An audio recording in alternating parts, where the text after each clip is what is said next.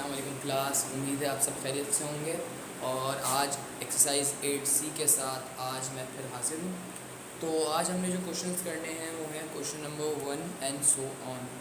तो question number 1 तो बहुत इजी है बच्चों। क्वेश्चन नंबर 1 के अंदर क्या है? क्वेश्चन नंबर 1 के अंदर आपको शेप्स दिए हुए हैं, कुछ बुक के अंदर शेप्स दिए हुए हैं और उन शेप्स को आपने बताना है कि ये सॉलिड ज्योमेट्री के किन शेप्स में से हैं। सॉलिड ज्योमेट्री 3 डायमेंशनल शेप्स, ठीक है ना। मैंने उस दिन भी आप लोगों को पिछले टॉपिक में ये सारी बात हमने कवर की थी। तो पहला जो है फुटबॉल है, तो फुटबॉल ऑब्वियसली स्फेयर शेप होता है।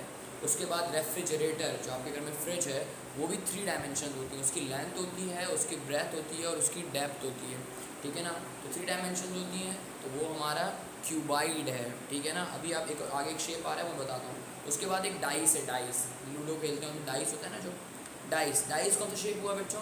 डाइस होता है क्यूब। अब क्यूबाइड में और क्यूब में फ़र्क क्या होता है? जो क्यूब होता है ना वो स्क्वायर शेप होता है, यानी कि उसकी लेंथ विथ हाइट तीनों इक्वल होती है।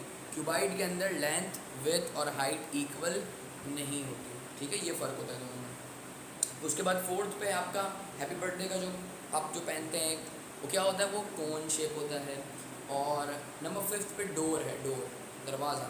दरवाजे की भी लेंथ होती है, हाइट होती है और विड्थ होती है। तो ये भी आपका क्यूबॉइड है। और आखिरी शेप है एक, शायद आपको समझ में ना आ रहा हो, मैं आपको बता रहा हूँ, वो सिलेंडर है, एक सिलेंडर शेप है। उससे हम और ज़्यादा अच्छे तरीके से ग्राफिकल रिप्रेजेंटेशन को समझ लेंगे, लेकिन अभी मैं आपको बता देता हूँ कि वो एक सिलेंडर का शेप है। जैसे घर में भी सिलेंडर होता है अमूमी तौर पे, आजकल गैस का मसला है, तो आप लोगों के घर में जिनके घर में सिलेंडर हो वो देखिएगा सिलेंडर किस शेप का होता है।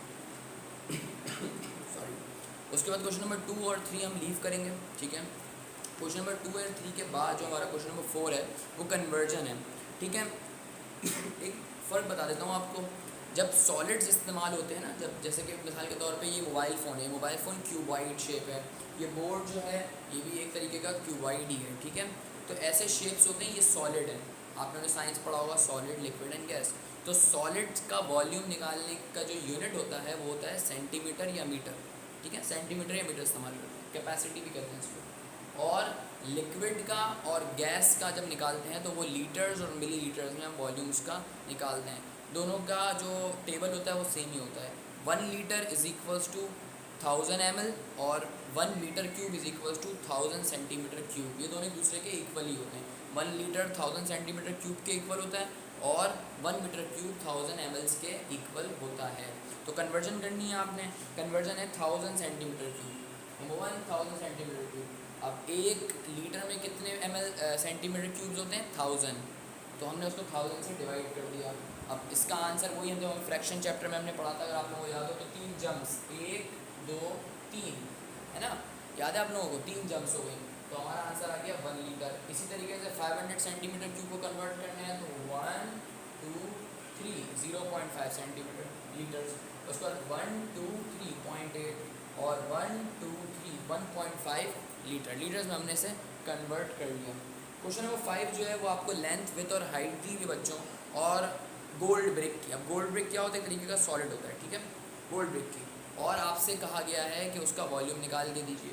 लेंथ विथ और हाइट आपके पास है, आपने तीनों को मल्टीप्लाई किया, आपके पास आंसर 108 सेंटीमीटर क्यूब आ गया। क्वेश्चन नंबर 6 जो है वो आपसे कहा गया है कि एक फ्रूट के क्रेट है, फ्रूट का क्रेट ना, जिसमें फ्रूट्स पड़े होते हैं, क्रेट, बॉटल्स का सुना होगा आपने, क्रेट। इस तरीके से फ्रूट का एक क्रेट है, वो क्यूब शेप का है। क्यूब शेप के अंदर लेंथ विथ और हाइट तीनों इक्वल होती है, ठीक है। उसका वॉल्यूम निकालना है। हमें एक चीज़ दी हुई थी, हमें लेंथ दी हुई थी, तो ऑब्वियस है कि उसकी विथ और हाइट भी उतनी ही है। हमने तीनों को मल्टीप्लाई किया, हमारा आंसर आया 28,372.625 सेंटीमीटर क्यूब। आप कैलकुलेटर इस सवाल के लिए यूज़ कर सकते हैं। You are allowed to use calculator on this question only.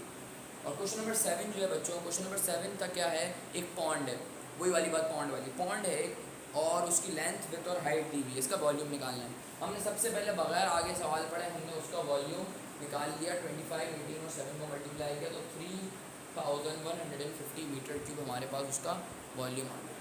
अब अगली बात चलते हैं। अगली बात उसमें क्या गई कि अगर उसकी डेप्थ को, स्विमिंग पूल की डेप्थ होती है ना, जो बच्चे होते हैं उनके लिए 3.5 फिट का पूल होता है और बड़ों के लिए 7.58 फिट का पूल होता है। इसी तरीके से उसकी जो डेप्थ होती है का वो और लेंथ 1.5 सेंटीमीटर बढ़ा दी।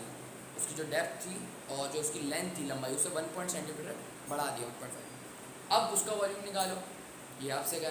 हमने क्या किया, हमने 25 में 1.5 ऐड किया, लेंथ 26.5 और डेप्थ में 1.5 ऐड किया 7 में, 7 और 1 8 और 8.5 सेंटीमीटर मीटर क्यूब हो गया।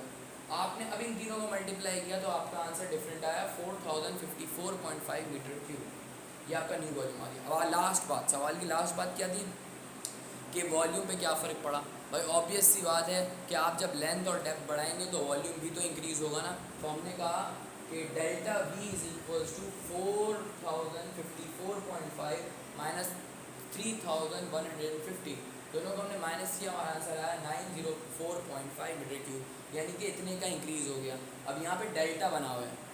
डेल्टा ग्रीक ज़ुबान का लफ्ज़ है जिसे हम साइंस के अंदर इस्तेमाल करते हैं डिफरेंस के लिए। किस लिए इस्तेमाल करते हैं बच्चों? डिफरेंस के लिए। डेल्टा वी, इसको क्या पढ़ते हैं? ट्राइंगल है, ठीक है ना, ट्राइंगल है, लेकिन ये ग्रीक ज़ुबान का ट्राइंगल है, इसको कहते हैं डेल्टा। तो डेल्टा वी यानी कि delta difference of volume. Delta का मतलब डिफरेंस, फ़र्क कितना है।